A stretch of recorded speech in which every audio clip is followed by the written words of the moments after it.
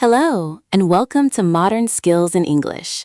Today, we're talking about a strange, quiet feeling that many people experience but rarely discuss. The feeling of being lost right after you've won, right after you graduate. It's supposed to be the best moment. You've worked for years, you've passed the exams, you hold the certificate in your hand. Everyone is congratulating you.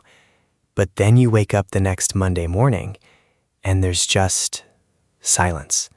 The emails have stopped. There's no class to go to, no assignment due. And this huge, terrifying feeling of, what now, washes over you. I feel like I'm falling, and I'm supposed to be flying. You've crossed the finish line of a marathon, but you've discovered there's no stadium waiting for you. Just an open, empty field. And that emptiness feels like failure. Exactly. It feels like I've done something wrong. I should be happy. I should be applying for jobs with confidence. But honestly, I just feel anxious and a little bit empty. What if that feeling isn't a sign that you've done something wrong? What if it's a sign that you've finally earned your freedom and you just haven't been taught how to use it yet? Freedom? It feels more like being pushed out of an airplane without a map. Most students think the purpose of university is to get a degree.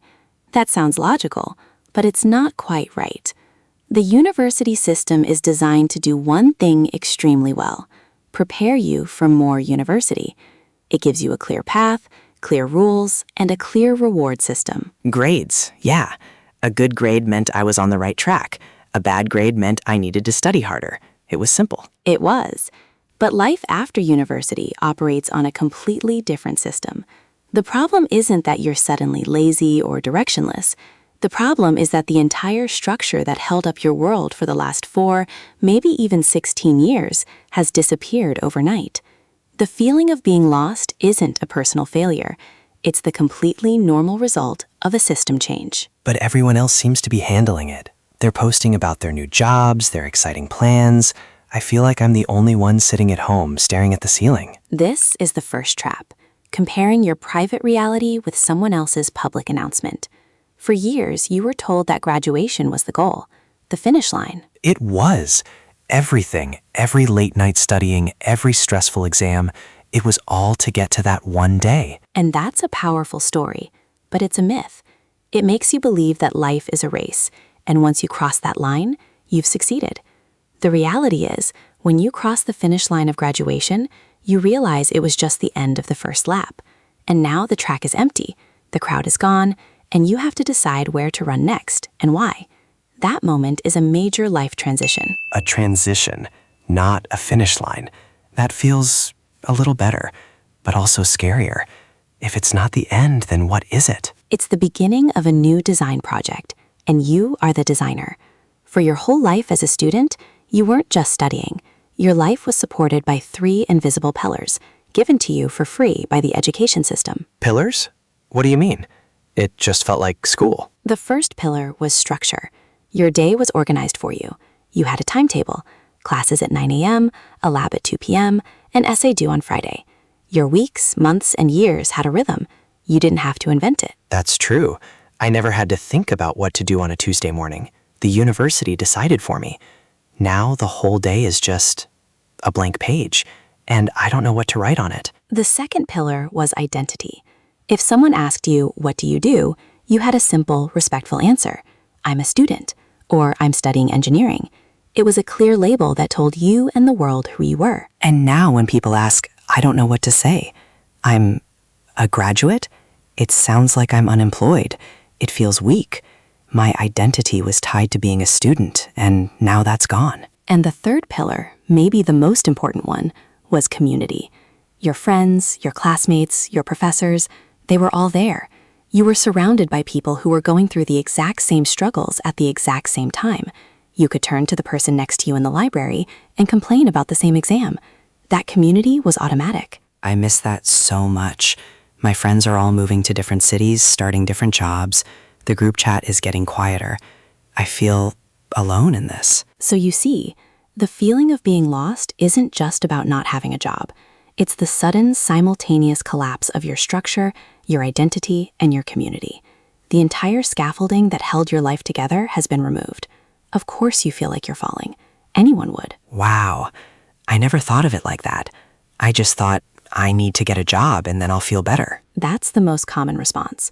We try to replace the old pre-built structure with another one as fast as possible, but it's a temporary fix. The real work and the real opportunity is to learn how to build these 3 pillars for yourself, consciously. Consciously? You mean on purpose? Not just letting it happen? Exactly. As a student, you were a tenant. You lived inside a system someone else built. The rules, the schedule, the community, it was all provided. Now your role has changed. You have to become the architect. The architect of my own life? That sounds like a lot of pressure. I'm not qualified for that. I just learned how to write academic essays. An architect doesn't build a full skyscraper on day one. They start with a simple sketch. Let's take structure. You no longer have a timetable. So, as an architect, you can design a very simple one for yourself. Not forever, just for this week. For example, every morning from 9 to 10, I will learn one new thing related to my field online. Then I will go for a walk. It's small, but you have just built the first wall of your new structure. Okay, a 1-hour structure feels more manageable than designing my whole life. And what about identity? How do I build that if I'm not a student and I don't have a job title? You build it through action, not labels. Instead of saying, I am unemployed, you can say, I am a person who is currently building a portfolio of my own projects, or I am exploring different career paths by talking to people in 3 different industries. Your identity becomes what you do, not what you are. You are the architect of that story. So I'm not unemployed. I'm an explorer. That does sound better.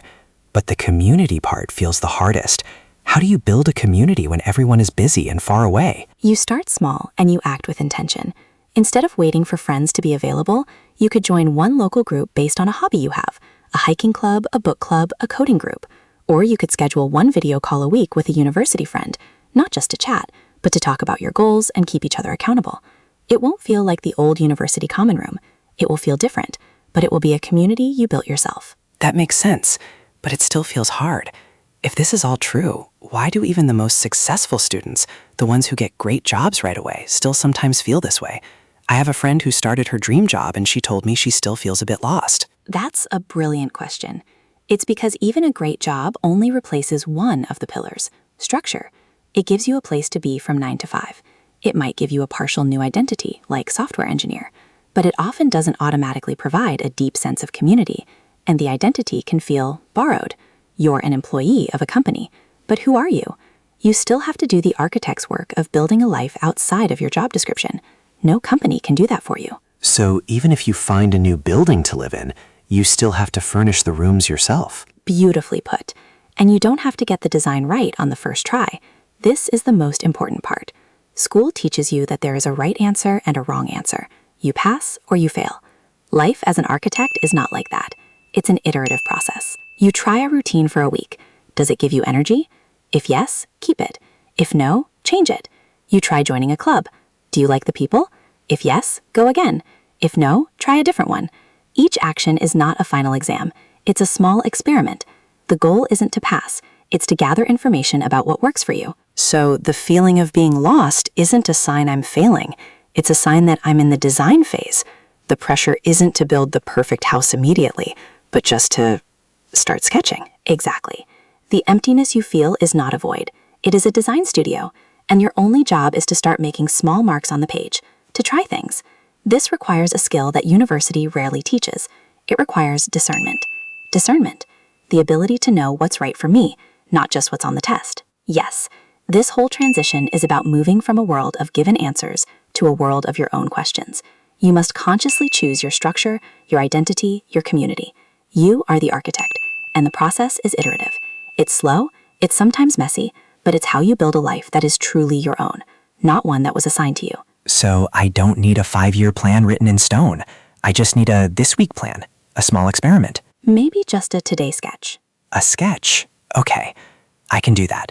That feels possible. Hello, everyone listening. We hope this conversation felt helpful. If there's a specific challenge or a confusing feeling you're navigating as you build your own path, we'd love to hear about it. Let us know in the comments what you'd like us to explore next.